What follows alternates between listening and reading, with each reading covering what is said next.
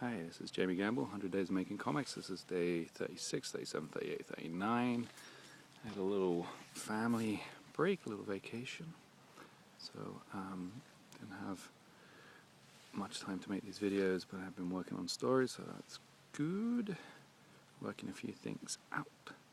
One thing I did want to mention, I saw a post by Anthony Johnston, in which he was talking about the analogy of music and comics, and he was saying,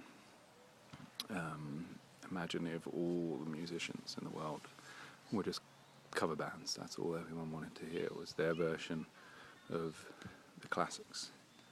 And anytime someone talked about their own stuff, they were considered crude or snotty, or I can't remember the word he actually used, but it was just kind of pompous, I guess, would be a good substitution of his intent. And it was an interesting thing. A lot of people, I know there's a lot of people who create comics and they are working towards the aim of getting work for hire, and there are people who need to get work for hire to work in comics.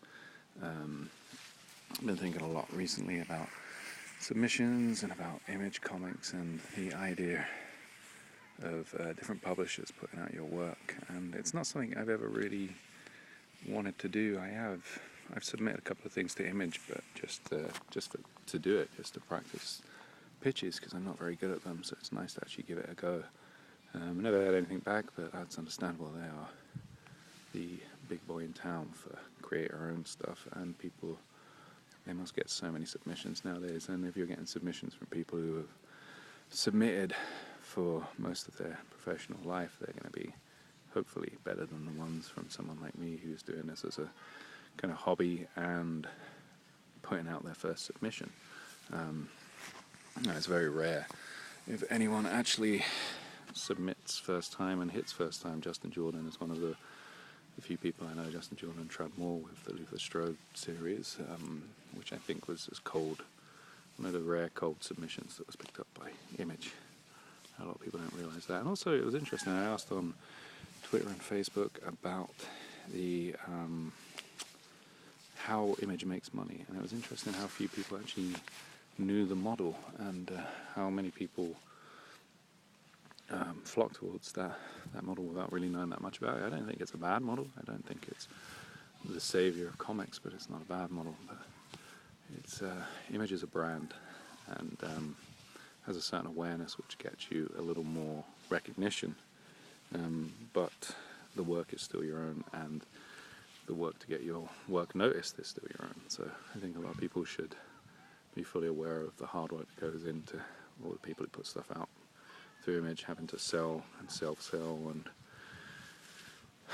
effectively, it's back to that model of the who you pitch into. You have several pitches. You're pitching to the publisher, then you're pitching to the consumer, you're pitching to the store between those. So, it's constantly pitching, and that's something I'm not very good at, is pitching. If you asked me what's Hero Code about, I wouldn't be able to give you an answer, at least one that I feel like is a good quick answer. I've never been a fan of the elevator pitch style. I've always liked discovering my own things, and I've been at a few conventions where I hear people next to me pitch, and it's a skill. It's definitely a skill. I've been next to people who pitch in very broad strokes, and to me it doesn't actually say anything about the project, and yet the person who's buying it suddenly, they'll be like, sold, this sounds amazing, and I'll be thinking, it doesn't sound like anything. But you shouldn't judge yourself from other people. That's another thing you should think about. So anyway, been thinking a lot about that. Would I ever pitch? I don't think Hero Code will ever go anywhere else. It's my, not vanity project, but it's my hobby project. And superheroes don't really sell, to be honest. They are an oddity. You know, it's a strange thing that the American market is so tied up with superheroes, but it's because of the two big brands that sell them. But you know, beyond that, if you're thinking of doing a superhero book because you're thinking I can make the big bucks by making a movie or by selling them somewhere, it's not going to happen. I hate to be the bearer of bad news, but you have characters that are owned by two massive studios that have, in some cases, 75, 80 years of brand awareness, that they are going to pick over your character every time. So don't ever think that you're going to have such a great idea that they're going to come knocking, because they have people that work for hire and will be creating those under contract anyway, and they'll own the whole thing lock, stock. They don't want to buy new things and share the wealth. So, superheroes. There you go. Brings out the best in all of us. But, you know, there are other ideas that I have that might work as pitches, so maybe I'll work on those at some point. We'll see.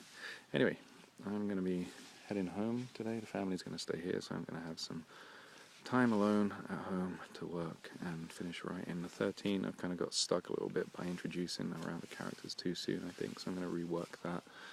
And still working out whether or not to run it as a single story throughout the issue to kind of move the pacing along, or create links back to the other stories, or knock those onto the next issue. So I thought I had it down, but not so much. I need to rework a few things. Anyway, you can see my stuff on monkeypipestudios.com. I blog at jamiegamble.com. I have a Patreon page at patreon.com/jamiegamble.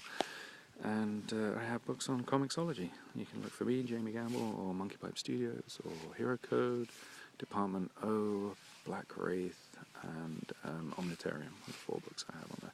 So I have a book in the Scamthology anthology. So check those out, and I will speak to you soon. Bye.